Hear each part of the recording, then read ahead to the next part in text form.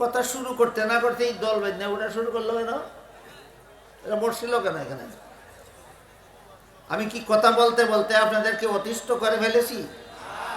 শুরু করতে না করতেই দল বেঁধে উঠে চলে যায় কেন? এরা বসছিল কেন? আপনি ইমাম সাহেব না? এমনি ইমাম সাহেব এক্ষণ যেই কথাটা কইলে আমি কথাটা একটু বোঝাই দিই। মানুষ যদি কথাবার্তা বন্ধ করে তাহলে আমি কথা বলবো, আর যদি হইচুল নড়াচড়া করে কথাবার্তা বন্ধ না করে আমি আর কথা বলবো না।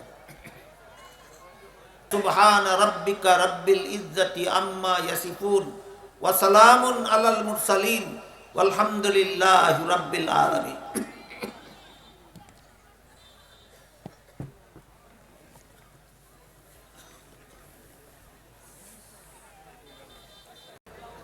অসংখ্য অগণিত শুকরিয়া আদায় করি এজন্য যে তিনি আমাদেরকে এমন একটা বরকতময় সমাবেশে যোগদান করার সৌভাগ্য দান করেছেন, আলহামদুলিল্লাহ।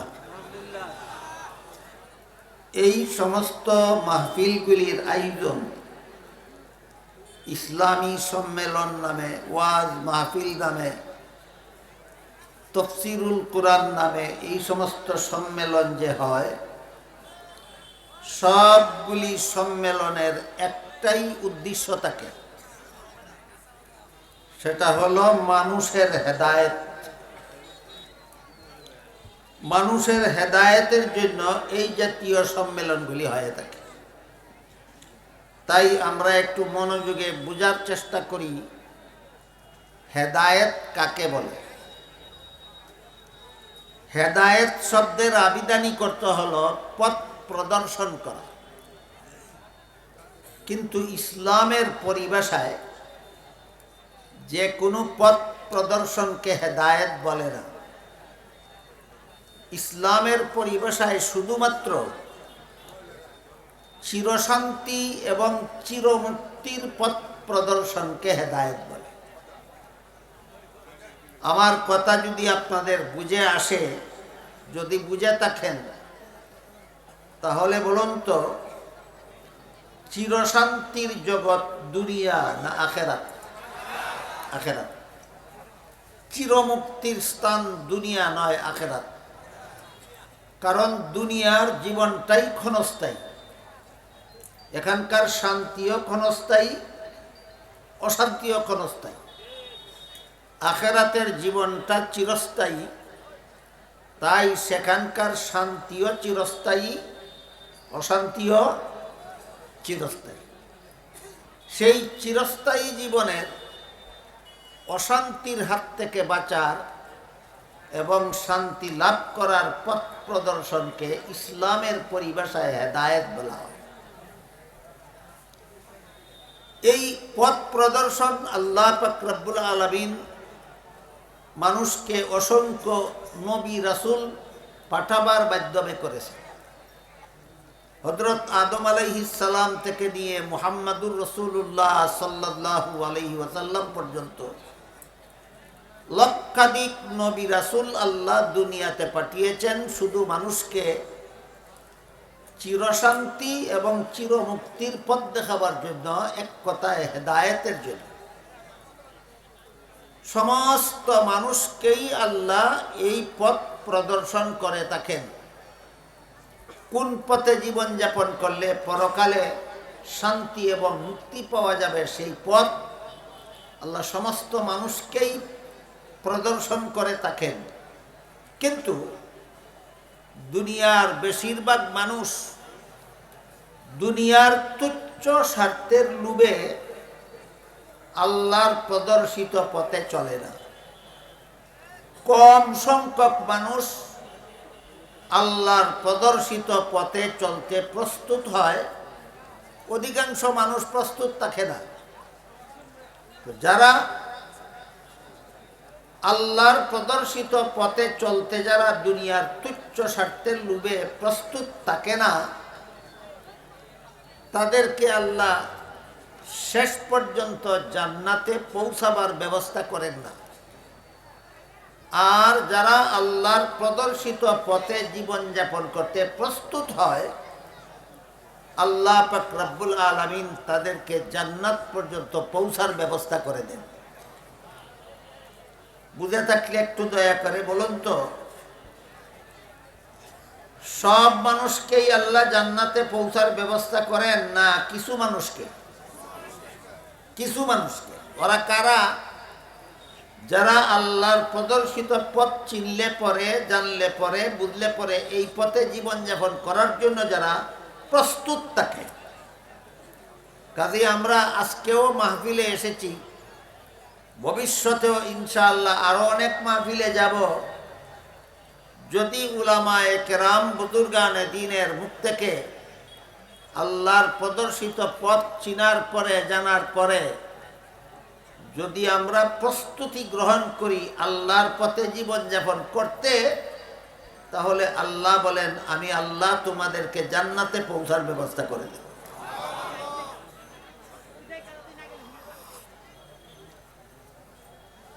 ব্যবস্থাটা আল্লাহ কিভাবে করবেন, এই কথাটা যে আয়াতে আল্লাহ বলেছেন সেই আয়াতের একটা অংশ আমি আপনাদের সামনে তিলাওয়াত করেছি। তাতে আল্লাহ বলেন, মান ইউরিদিল্লাহু আন ইয়াহদিয়াহু ইয়াশরাহ সাদরাহু লিল ইসলাম। এর মর্মার্থ হলো, আল্লাহ যাদেরকে জান্নাত পর্যন্ত পৌঁছে দিতে চান তাদের অন্তরকে ইসলামের জন্য খুলে দেন। আল্লাহ যাদেরকে জান্নাত পর্যন্ত পৌঁছে দিতে চান তাদের অন্তরকে আল্লাহ ইসলামের জন্য খুলে দেন। কথা শুরু করতে না করতেই দল বেঁধে ওটা শুরু করলো কেন? এটা বসছিল কেন এখানে? আমি কি কথা বলতে বলতে আপনাদেরকে অতিষ্ঠ করে ফেলেছি? শুরু করতে না করতেই দল বেঁধে উঠে চলে যায় কেন? এরা বসছিল কেন? আরো কেউ কি এভাবে চলে যাবেন আপনারা 2-4 মিনিটের মধ্যে? যদি বলেন তাইলে বাকি কথা বলি, আর না হয় আমি এখানে শেষ করি।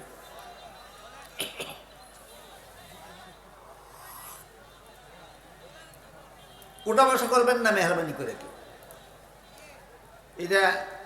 এই যে বাজারে দেখছেন না, সাপ নাচায় ওষুধ জরি বেছে, অনেক লম্বা লেকচার দেয়। কে শুনলো কে শুনলো না এটা তার ব্যাপার না, তার শুধু জরি বেচা ব্যাপার।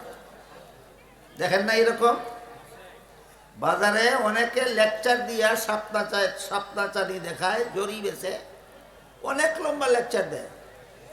বাজারের কোন মানুষে তার লেকচার শুনে আর কোন মানুষে শুনে না এটা তার দেখার ব্যাপারই না। তার ব্যাপার হইল জরি বেচতে পারলেই হয়, বক্তৃতা শুনলে শুনুক, না শুনলে নাই। এটা তো জরি বেচার অনুষ্ঠান না, হেদায়েতের আলোচনার অনুষ্ঠান। এখানে দেখতে হবে আমার কথা শুনতে মানুষ আগ্রহী কিনা, মনোযোগে শুনে কিনা। যদি কেউ কুরআন হাদিসের কথা শুনতে আগ্রহী না থাকে, মনোযোগে না শুনে, তাহলে তাকে পিরাপিরি করে শুনাইলে হেদায়েত তো হয়ই না, কুরআন হাদিসের অপমান হয়। আপনারা কি চান আপনাদের অমনোযোগী অবস্থায় আমি জুড়ে বলে কথা বলে কোরআন হাদিসের অপমান করব? তাহলে মেহরবানি করে এই কাজটা করবেন। আমি যদি দেখি আপনারা উঠা বসা করেন, নড়াচড়া করেন, চলাফেরা করেন, কথাবার্তা বলেন, তাহলে আমার বুঝতে হবে যে আমি এখানে কোরআন হাদিসের আলোচনা করে কোরআন হাদিসের অপমান করতেছি। সাথে সাথে আমার কথা বন্ধ করে দিতে হবে। আপনি ইমাম সাহেব না? এমনি ইমাম সাহেব এক্ষণ যেই কথাটা কইলে আমি কথাটা একটু বোঝাই দিই। মানুষ যদি কথাবার্তা বন্ধ করে তাহলে আমি কথা বলবো, আর যদি হইচল নড়াচড়া করে, কথাবার্তা বন্ধ না করে, আমি আর কথা বলবো না।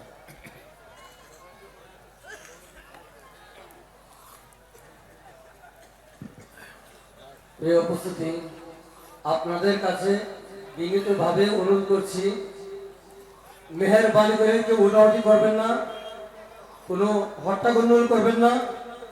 কোরআন হাদিসের আলোচনা যেখানে হয় সেখানে কোরআন হাদিসের আদব রক্ষা করতে হয়। হুজুর কষ্ট পাবেন, মেহেরবানি করে আমি অনুরোধ করে বলছি আপনারা কেউ কথা বলবেন না, মনোযোগ সহকারে ইখলাসের সাথে আমলে নিতে হুজুরের কথা শুনুন।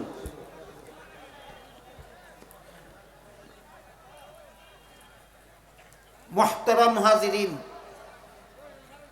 বলতেছিলাম আল্লাহর প্রদর্শিত পথে জীবন যাপন করতে যারা প্রস্তুত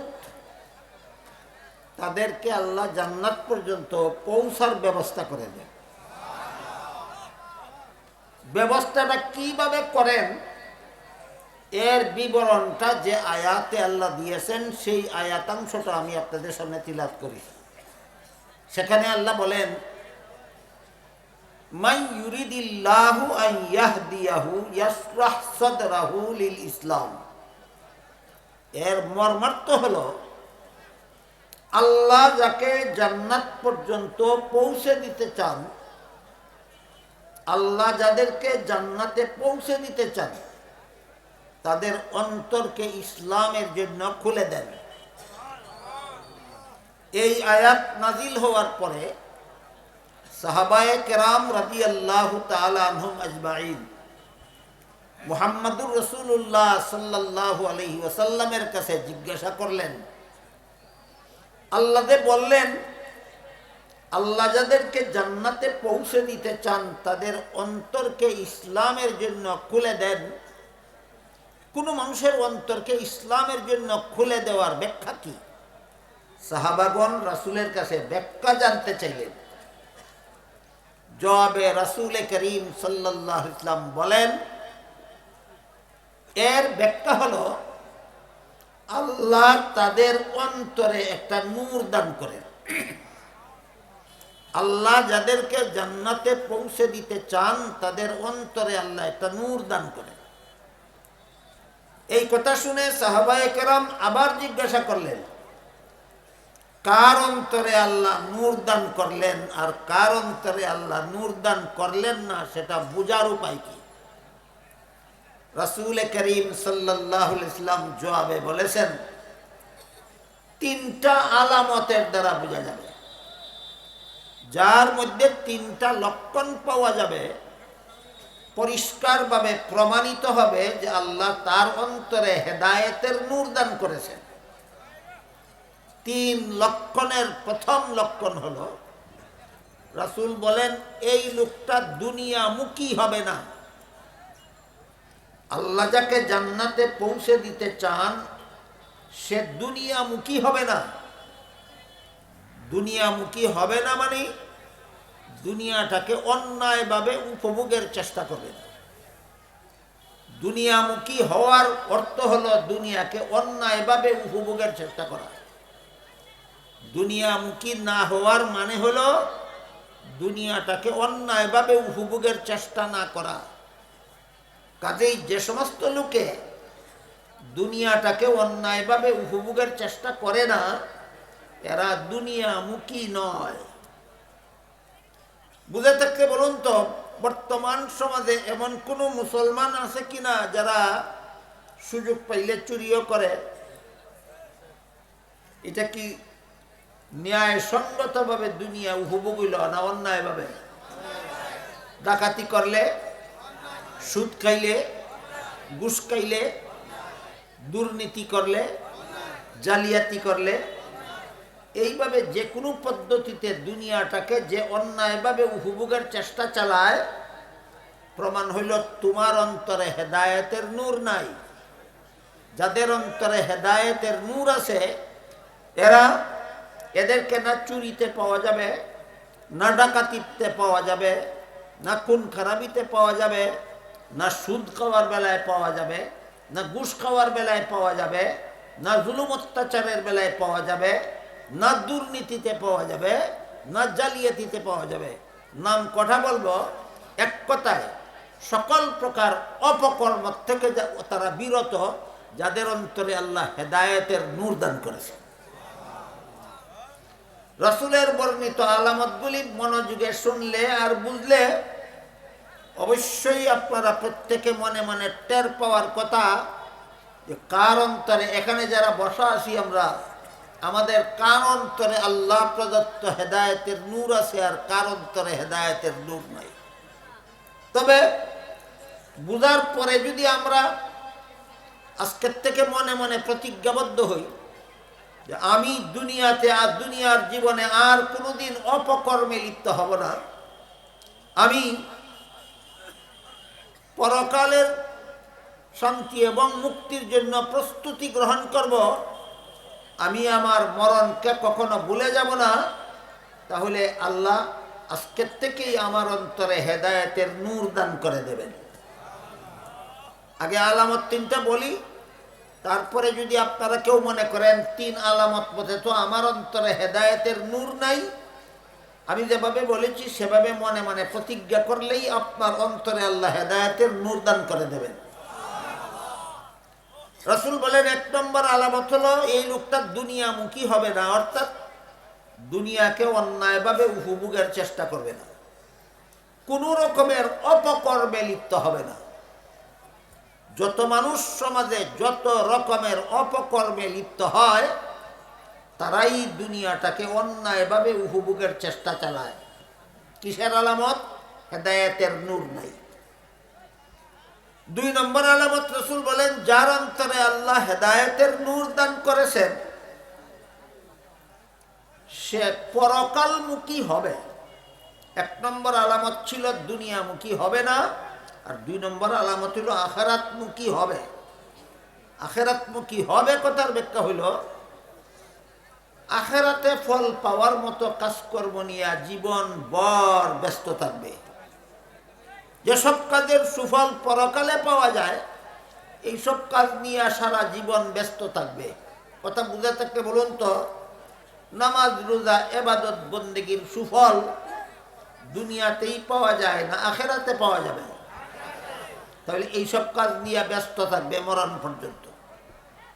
যারা নামাজ রোজা ইবাদত বন্দেগী নিয়ে মরণ পর্যন্ত ব্যস্ত থাকে, তাদের মধ্যে দ্বিতীয় আলামত পাওয়া গেল, আল্লাহ এদের অন্তরে হেদায়েতের নূর দান করেছে। রাসূল বলেন, তিন নম্বর আলামত, যাদের অন্তরে আল্লাহ হেদায়েতের নূর দান করেছেন তাদের তিন নম্বর আলামত হলো তারা মরণের জন্য প্রস্তুতি গ্রহণ করবে।